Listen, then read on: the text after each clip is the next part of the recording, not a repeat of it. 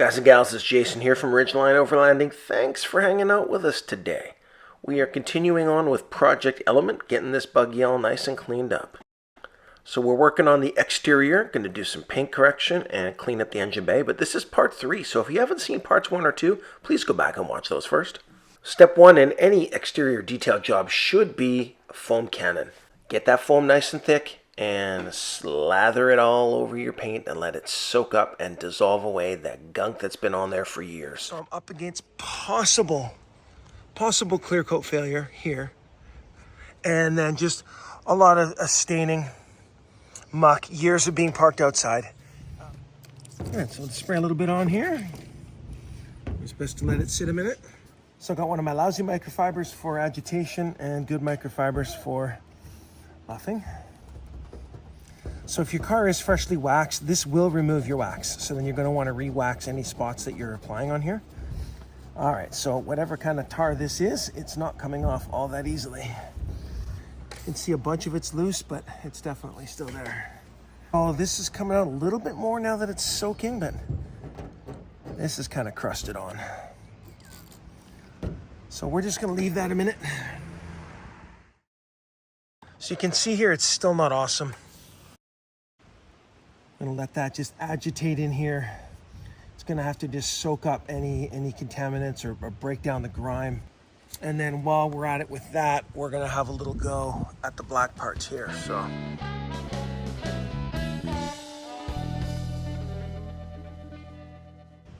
So after hardly even a minute, let's have ourselves a little look-see here, see how clean it might wanna come. Yeah, that's minimal elbow grease, folks, and off she comes. So just having another go at this.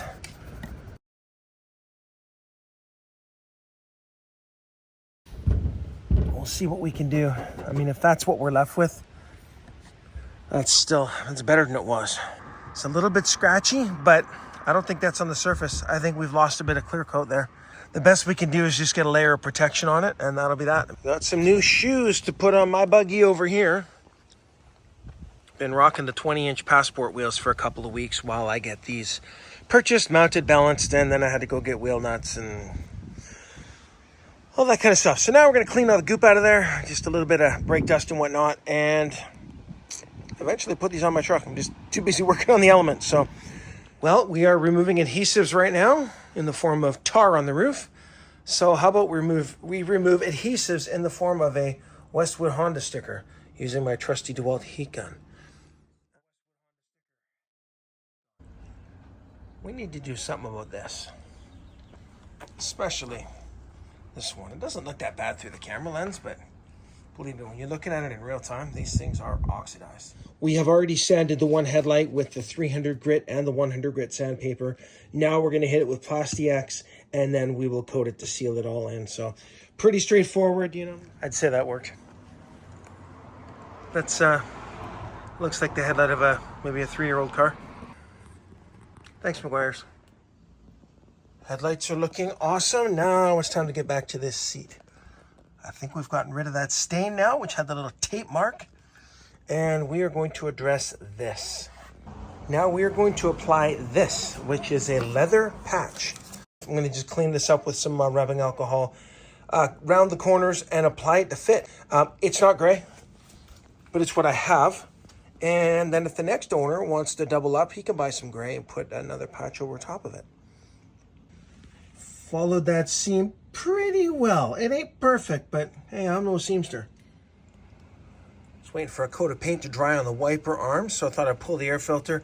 This is not bad at all. It's not really no bugs and gunk in there. I'm just gonna clean it with a brush. There's no reason to replace that anytime soon. That's got at least another 15,000 kilometers on it.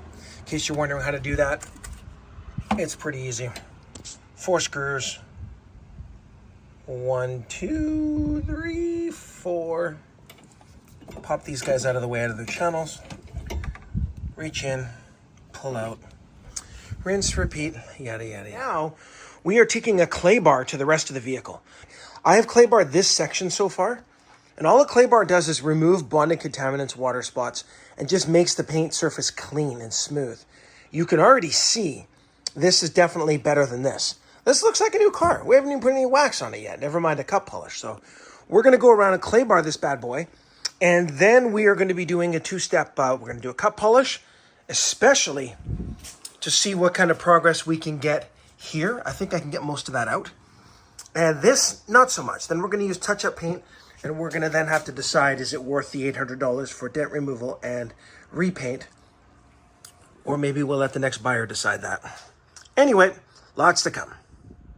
So I've just finished clay barring this section. You can see it's wet. You can probably see it's kind of dirty. It literally is lifting the bonded contaminants off. So this is my clean surface. This is the section I just did. I just used on the paint. It's already brown. So you got to keep rolling and folding this thing. Clay barring seems kind of scary, but watch yourself a couple of videos over on Chemical Guy's channel. Just get yourself some kind of lubricant, an instant detailer or equivalent. Spray it on generously. Wipe it down, and then once you've picked up all the contaminants, being sure to keep your surface wet. You'll see little black spots like, where is it? I can't even see it. Like this, loosen right off the paint.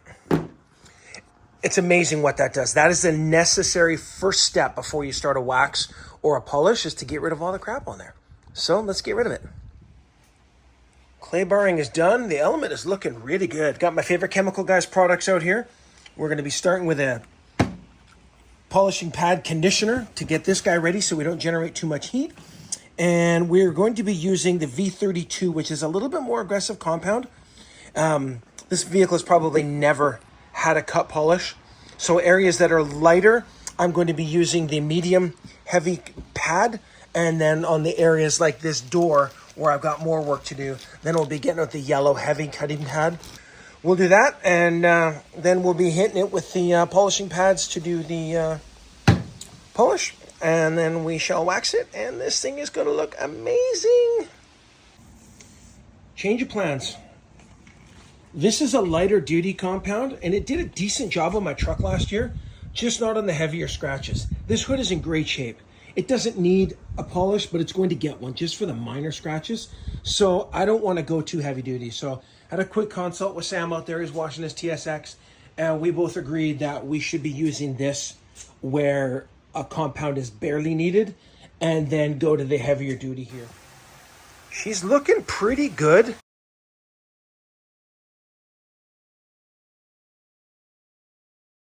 All right, first good pass. Definitely still there. And from a top angle, she's more noticeable, but when you get straight on, not bad. Let's hit it again.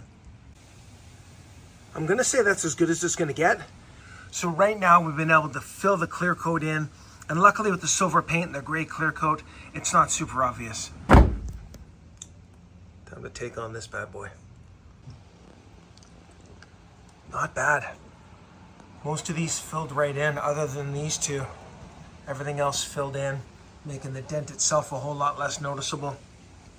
This, you've got your main damage here, but it really, this is a lot less noticeable. Everything in between is gone.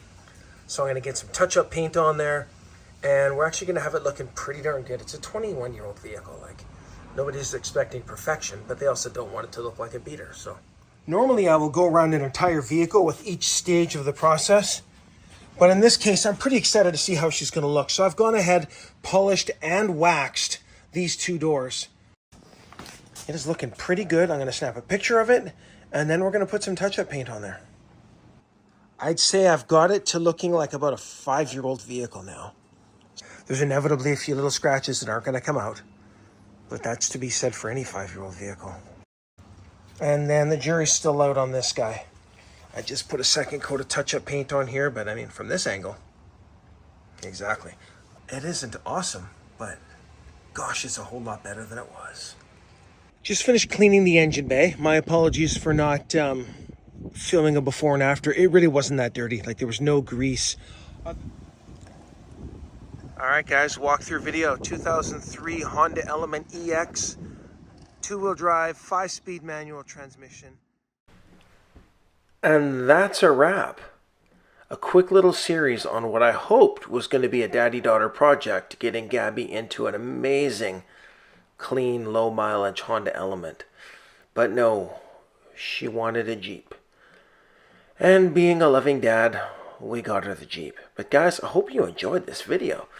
It's a bit of a trip down memory lane because at the time of doing this particular piece of editing, I've already put easily 40 hours work into her Jeep. But in the end, we sold the Element, made a modest $2,500 profit, and basically that money has been absorbed into the Jeep, which of course is a money pit because it's a Jeep. So guys, thanks for hanging out with us. And until next time, and there will be a next time, go play outside.